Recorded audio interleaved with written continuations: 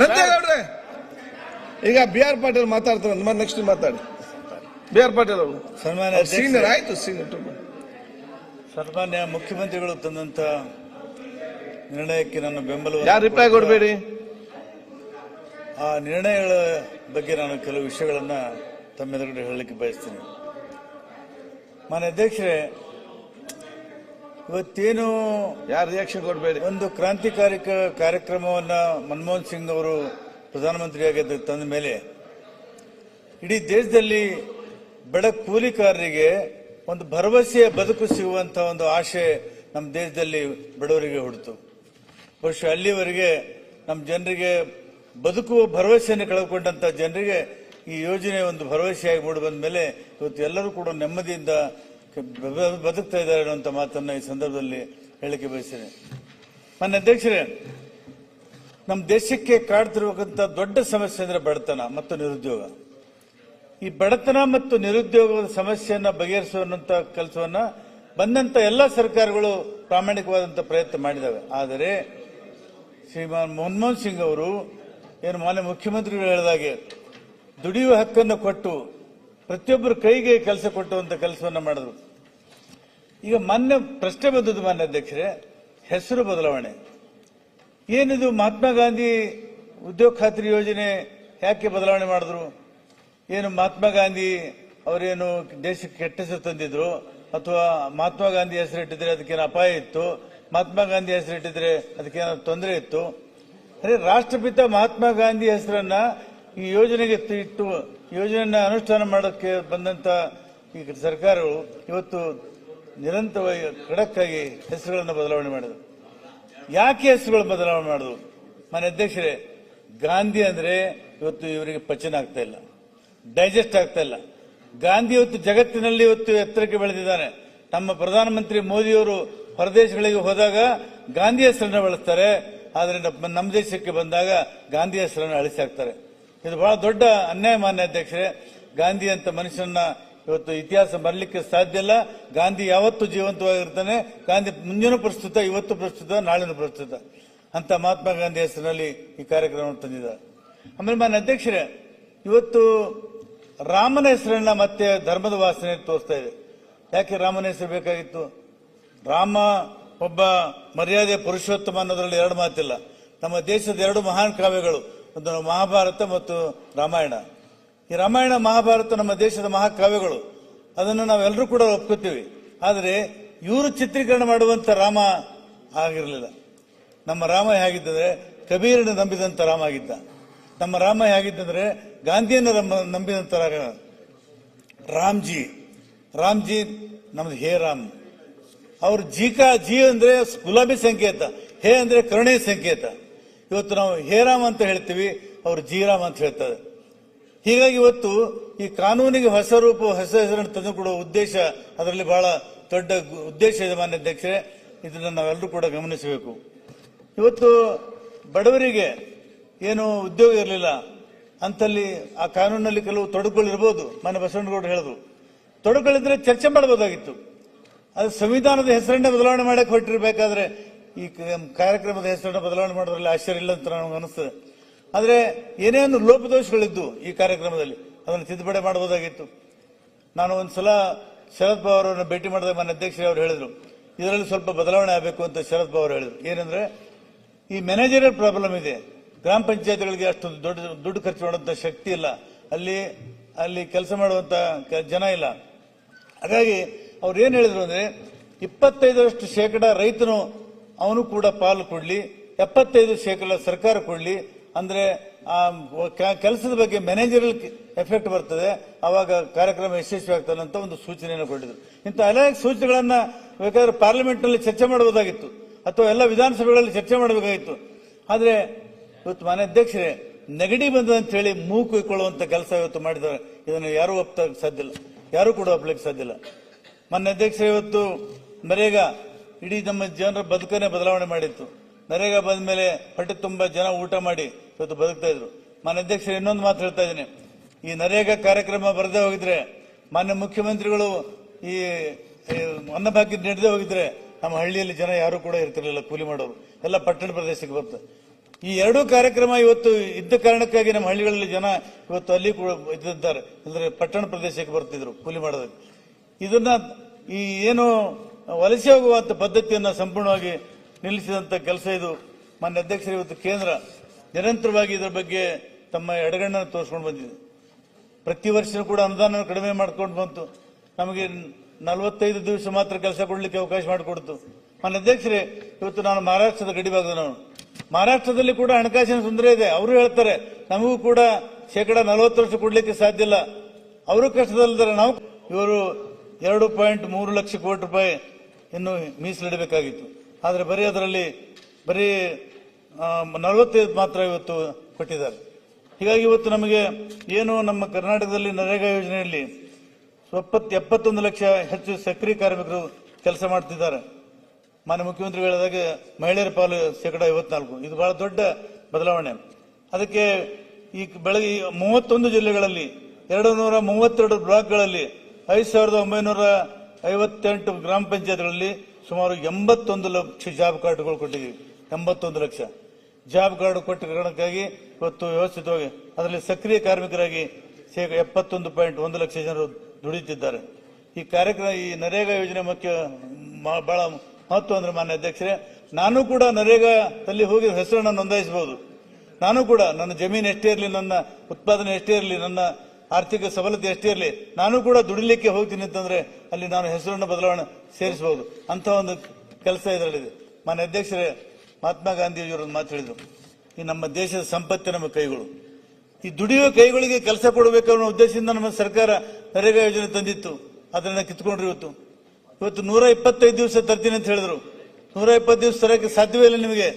ಯಾಕಂದ್ರೆ ನಿಮಗೆ ದುಡ್ಡೇ ಇಲ್ಲ. ನಿಮಗೆ ಕೇಂದ್ರ ಸರ್ಕಾರ ಹತ್ರ ದುಡ್ಡು ಕೊಡ್ತಾ ಇಲ್ಲ.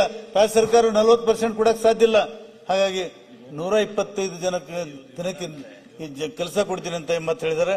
ಇದು ಸಂಪೂರ್ಣವಾದಂತ ಸುಳ್ಳು. ಇದು ಆಗಲಿಕ್ಕೆ ಸಾಧ್ಯ ಇಲ್ಲ ಅಂತ ಮಾತನ್ನ ಹೇಳ್ತಾನೆ. ನಾನು ಅಧ್ಯಕ್ಷರೇ, ಬಡತನದ ಬಗ್ಗೆ ಎಲ್ರಿಗೂ ಕರುಣೆ ಇರಬೇಕು. ಬಡತನದ ಬಗ್ಗೆ ಎಲ್ರಿಗೂ ಮನಸ್ಸನ್ನು ಬಿಡಿಬೇಕು. ಒಂದು ಮಾತಿದೆ ಮಾನ್ಯ ಅಧ್ಯಕ್ಷರೇ, ಹರಕು ಬಟ್ಟೆ ಮುರುಕು ಮನೆ ನೋಡಿ ನಗುವಂತ. ಆದ್ರೆ ಇವರೇನಿದ್ದಾರಲ್ಲ, ಇವರು ಹರಕು ಬಟ್ಟೆ ಮುರುಕು ಮನೆ ನೋಡಿ ನಗುವಂತವರು ಇದ್ದಾರೆ, ನಾವು ಕರುಣೆ ಪಡುವಂತಿದ್ರು. ಇವತ್ತು ಬಡತನ ಜಾಸ್ತಿ ಆಗ್ತಾ ಇದೆ. ಬಡತನದಿಂದ ಅನೇಕ ಜನ ರೈತರು ಆತ್ಮಹತ್ಯೆ ಮಾಡ್ಕೊತಾ ಇದ್ದಾರೆ. ಬಡತನದಿಂದ ಪಟ್ಟಣ ಪ್ರದೇಶಕ್ಕೆ ವಲಸೆ ಬರ್ತಾ ಇದ್ದಾರೆ. ಇಂಥ ಕಡಿದು ತಿನ್ನುವಂತ ಬಡತನಕ್ಕೆ ನಿವಾರಣೆ ಮಾಡಬೇಕಾದ್ರೆ ಇವತ್ತು ಮಾನ್ಯ ಸರ್ಕಾರ, ಹಿಂದಿನ ಸರ್ಕಾರ ಈ ಕಾನೂನನ್ನು ತಂದಿದೆ. ಮಾನ್ಯ ಅಧ್ಯಕ್ಷರೇ, ಸಂವಿಧಾನದಲ್ಲಿ ನಾವು ಬಹಳ ದೊಡ್ಡ ಮಾತನ್ನು ಹೇಳಿದ್ದೇವೆ. ಸಮಾನತೆ, ಸ್ವಾತಂತ್ರ್ಯ, ನ್ಯಾಯ ಮತ್ತು ಬಂಧುತ್ವ. ಇವತ್ತು ಸಮಾನತೆ ಬಂದಿದೆಯಾ? ಇವತ್ತು ಯಾರಿಗೆ ಸಮಾನತೆ ಬಂದಿದೆ? ಸಿದ್ಧಲಿಂಗಯ್ಯನವರು, ಕವಿ, ಕ್ರಾಂತಿಕಾರಿ ಕವಿ, ದಲಿತ ಕವಿ ಸಿದ್ಧಲಿಂಗ ಹಾಡು ಹೇಳ್ತಿದ್ರು, ಯಾರಿಗೆ ಬತ್ತು, ಎಲ್ಲಿಗೆ ಬತ್ತು 47ರ ಸ್ವಾತಂತ್ರ್ಯ, ಪೊಲೀಸರ ಬೂಟಿಗೆ ಬಂತು, ಟಾಟಾ ಬಿರ್ಲಾರ ಜೇಬಿಗೆ ಬಂತು, ಯಾರಿಗೆ ಬತ್ತು, ಎಲ್ಲಿಗೆ ಬತ್ತು 47ರ ಸ್ವಾತಂತ್ರ್ಯ ಅಂತ ಹೇಳಿ ಕವಿ ಸಿದ್ಧಲಿಂಗಯ್ಯನವರು ಕವನವರು. ಇವತ್ತು ಕೂಡ ಪರಿಸ್ಥಿತಿ ಅಂತ ಭಿನ್ನವಾಗಿಲ್ಲ. ಇವತ್ತು ಬಡತನ ಇದೆ, ಇವತ್ತು ನಿರುದ್ಯೋಗ ಇದೆ, ಇವತ್ತು ಕೂಡ ಅನೇಕ ಸಮಸ್ಯೆಗಳಿದ್ದಾವೆ. ಇಂಥ ಒಂದು ಸಂದರ್ಭದಲ್ಲಿ ಮಾನ್ಯ ಅಧ್ಯಕ್ಷರೇ, ಈ ನರೇಗಾ ಯೋಜನೆ ಬಹಳ ಕ್ರಾಂತಿಕಾರಿ ಯೋಜನೆ ಅಂತ ನಾನು ಹೇಳ್ತೇನೆ. ಮತ್ತು ಮಾನ್ಯ ಅಧ್ಯಕ್ಷರೇ, ನನ್ನ ಕ್ಷೇತ್ರದಲ್ಲಿ ವಿದ್ಯಾರ್ಥಿಗಳು ಬೇಸಿಗೆ ರಜದ ಕಾಲದಲ್ಲಿ ಬಂದಾಗ ಅವರು ಸ್ವಂತ ನೋಂದಾಯಿಸಿ ದುಡಿದು ತಮಗೆ ಬೇಕಾದಂತಹ ಹಣವನ್ನು ಸಂಪಾದನೆ ಮಾಡಿ ಸ್ಕೂಲ್ ಕಾಲೇಜುಗಳಿಗೆ ಹೋಗುವಂಥದ್ದು ಇಲ್ಲಿ ಕೂಡ ಅವಕಾಶ ಇತ್ತು. ಆಗ ಆ ಕೈಗಳಿಗೂ ಕೂಡ ಇವತ್ತು ಕೈ ಕೊಟ್ಟರು. ಇಂಥ ಒಂದು ಹೆಸರನ್ನ ಇವತ್ತು ತೆಗೆದ ಕಾರಣಕ್ಕಾಗಿ ನಾನು ಪ್ರಶ್ನೆ ಕೇಳ್ತೀನಿ, ರಾಮನ ಹೆಸರು ಯಾಕ್ತಂದ್ರಿ ನೀವು? ನಮ್ಮ ರಾಮ ಅವನು ಬಹಳ ಸೌಜನ್ಯ ಪೂರ್ತಿ ರಾಮ. ಅವನು ರಾಮ, ಲಕ್ಷ್ಮಣ ಮತ್ತು ಸೀತೆ, ಹನುಮನ್ನು ನೋಡಿದ್ರೆ ಒಂದು ಸಂಪದ್ಭರಿತವಾದಂತ ವ್ಯಕ್ತಿತ್ವ ವಿಚಾರವನ್ನು ತೋರಿಸ್ತದೆ. ರಾಮ ಯಾವತ್ತೂ ಕೂಡ ಬಾಣ ಹೆಗಲಿಗೆ ಹಾಕಿದ್ದ. ಇವರು ಬಂದ ಮೇಲೆ ರಾಮ ಬಿಲ್ಲು ಬಿಡ್ತಾ ಇದ್ದಾನೆ.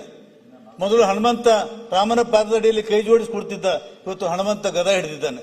ಯಾರ ಮೇಲೆ? ಸಾಮಾನ್ಯ ಅಧ್ಯಕ್ಷರೇ, ರಾಮ ಯಾವತ್ತೂ ಕೂಡ ಯುದ್ಧ ಮಾಡೋದ, ಪ್ರಚೋದನೆ ಮಾಡೋದ, ತಾನು ಅಪವಾದ ಬಂದ ಕಾರಣಕ್ಕಾಗಿ ತನ್ನ ಕುರ್ಚಿಯನ್ನು ತ್ಯಾಗ ಮಾಡಿದಂತನು ರಾಮ. ಅವರ ಹೆಸರನ್ನು ಇವತ್ತು ಬಳಸಿಕೊಂಡು ದೇಶದಲ್ಲಿ ಬೆಂಕಿ ಹಚ್ತಾ ಇದ್ದಾರೆ. ಹಾಗಾಗಿ ಇವತ್ತು ಮಾನ್ಯ ಅಧ್ಯಕ್ಷರೇ, ಇವತ್ತು ಕಬೀರನ್ನು ನಂಬಿದ ರಾಮನಲ್ಲಿ ನಾವು ದಾರಿಯಲ್ಲಿ ಹೋಗೋಣ. ಇವತ್ತು ಮಹಾತ್ಮ ಗಾಂಧೀಜಿ ಹೇಳಿದಂತ ರಾಮನನ್ನು ನಾವು ನಂಬೋಣ. ಹಾಗೆ ಇವರು ಹೇಳಿದಂತ ರಾಮನಿಗೆ ನಂಬಲಿಕ್ಕೆ ಸಾಧ್ಯ ಇಲ್ಲ. ಮಾನ್ಯ ಅಧ್ಯಕ್ಷರೇ, ಇವತ್ತು ಇಲ್ಲ, ನಾನು ಮುಗಿಸ್ತೀನಿ. ಮಾನ್ಯ ಅಧ್ಯಕ್ಷರೇ, ನಾನು ಮುಗಿಸ್ತೀನಿ.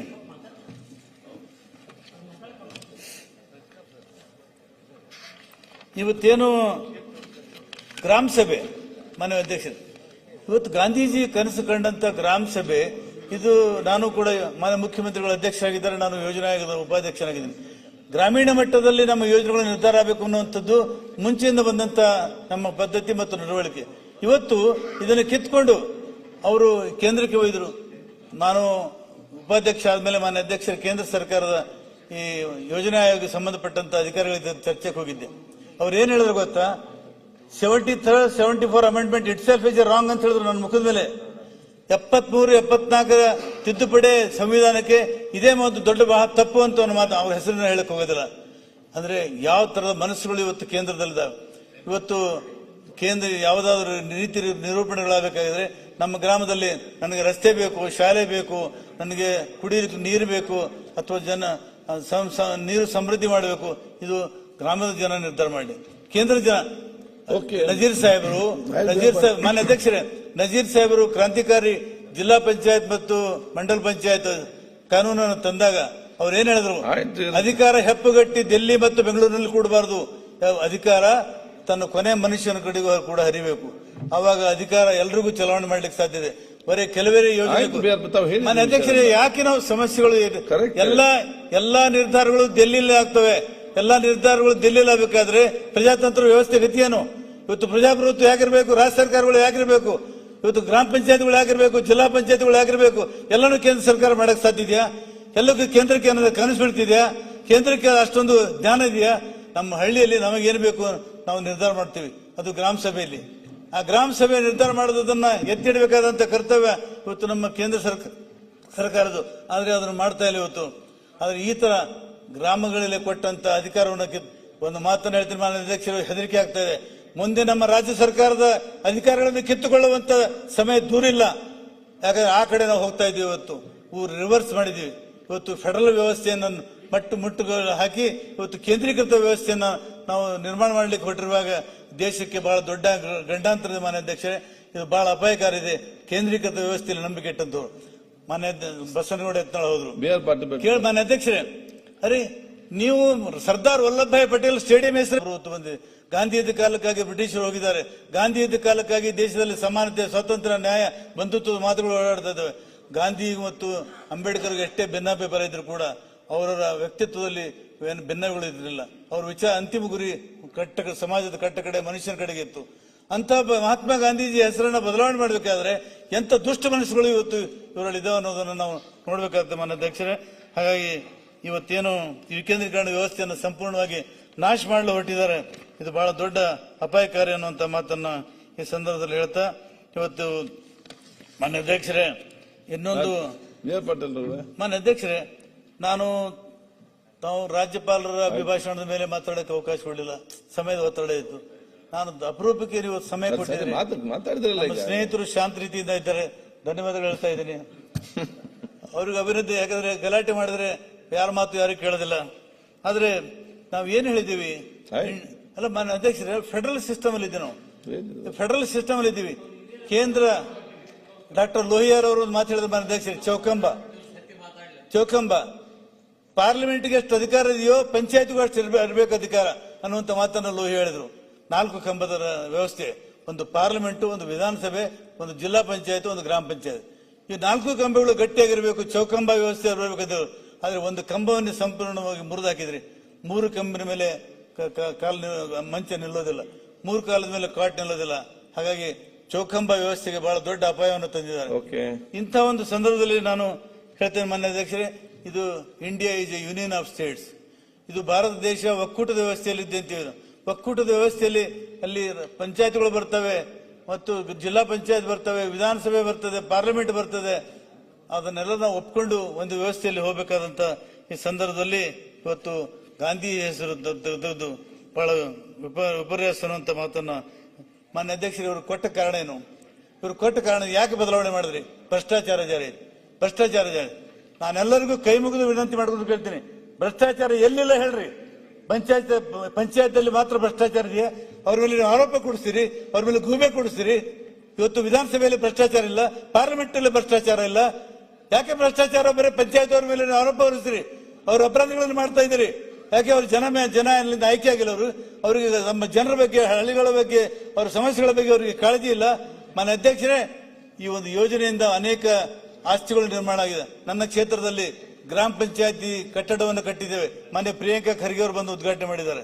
ಮಾನ್ಯ ಪ್ರಿಯಾಂಕಾ ಖರ್ಗೆ ಅವರು ನರೇಗಾದಿಂದ ಬಂದಂತ ಹಣದಿಂದ ಗ್ರಾಮ ಪಂಚಾಯತಿ ಕಟ್ಟಡವನ್ನು ಕಟ್ಟಿದ್ದೇವೆ, ಅನೇಕ ಬಂದಾರಗಳನ್ನು ಕಟ್ಟಿದ್ದೇವೆ, ಅನೇಕ ಅಂಗನವಾಡಿ ಕೇಂದ್ರಗಳನ್ನು ಕಟ್ಟಿದ್ದೇವೆ, ಅನೇಕ ರಸ್ತೆಗಳನ್ನು ನಿರ್ಮಾಣ ಮಾಡಿದ್ದೇವೆ, ಅಸೆಟ್ ಕ್ರಿಯೇಟಿಂಗ್ ಮಾಡಿದ್ದೇವೆ. ಇದು ಯಾರು ಕೇಂದ್ರದ ನಿರ್ದೇಶನ ಅಲ್ಲ, ನಮ್ಮ ಯೋಜನೆ, ನಮ್ಮ ಪ್ರಯತ್ನ, ನಮ್ಮ ಫಲ. ಇದರಿಂದ ಕಾರಣಕ್ಕಾಗಿ ಇವತ್ತು ಹಳ್ಳಿಗಳಲ್ಲಿ ಬದಲಾವಣೆಯನ್ನು ಕಾಣುವಂತ ಕೆಲಸವನ್ನು ಮಾಡಿದ್ದೇವೆ.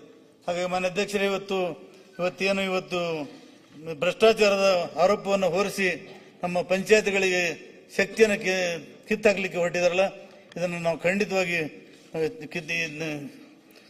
ಇದನ್ನು ಖಂಡಿಸ್ತೇನೆ ಅನ್ನುವಂಥ ಮಾತನ್ನ ಹೇಳ್ತಾ, ಇವತ್ತೇನು ನಂಜೇಗೌಡರು ಮಾನ್ಯ ಅಧ್ಯಕ್ಷರೇ, ಒಂದೇ ಒಂದು ಮಾತು, ಕೊನೆ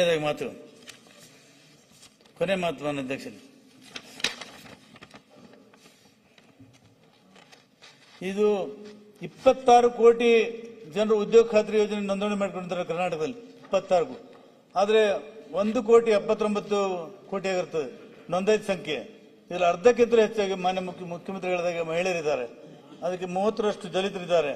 ಇಂಥ ಒಂದು ಬಡವರಿಗೆ, ದೀನ ದಲಿತರಿಗೆ ಕಾರ್ಯಕ್ರಮ ಮುಟ್ಟುವಂತ ಈ ಕಾರ್ಯಕ್ರಮಕ್ಕೆ ಇವತ್ತೇನು ಮಟ್ಟ ಹಾಕಿದಾರಲ್ಲ, ಇವರ ಈ ಕೆಲಸಕ್ಕೆ ಯಾರು ಕೂಡ ಒಪ್ಪಲಿಕ್ಕೆ ಸಾಧ್ಯ ಇಲ್ಲ. ಮಾನ್ಯ ಅಧ್ಯಕ್ಷರೇ, ಈ ಕಾನೂನನ್ನು ವಾಪಸ್ ತೆಗೆದುಕೊಳ್ಳದೆ ಹೋಗಿದ್ರೆ ನಾನು ಹೇಳ್ತೀನಿ, ಇವತ್ತು ಭವಿಷ್ಯದ ನಂಬಿಕೆ ಇಲ್ಲ, ನನಗೆ ಪಂಚಾಂಗದಲ್ಲಿ ನಂಬಿಕೆ ಇಲ್ಲ.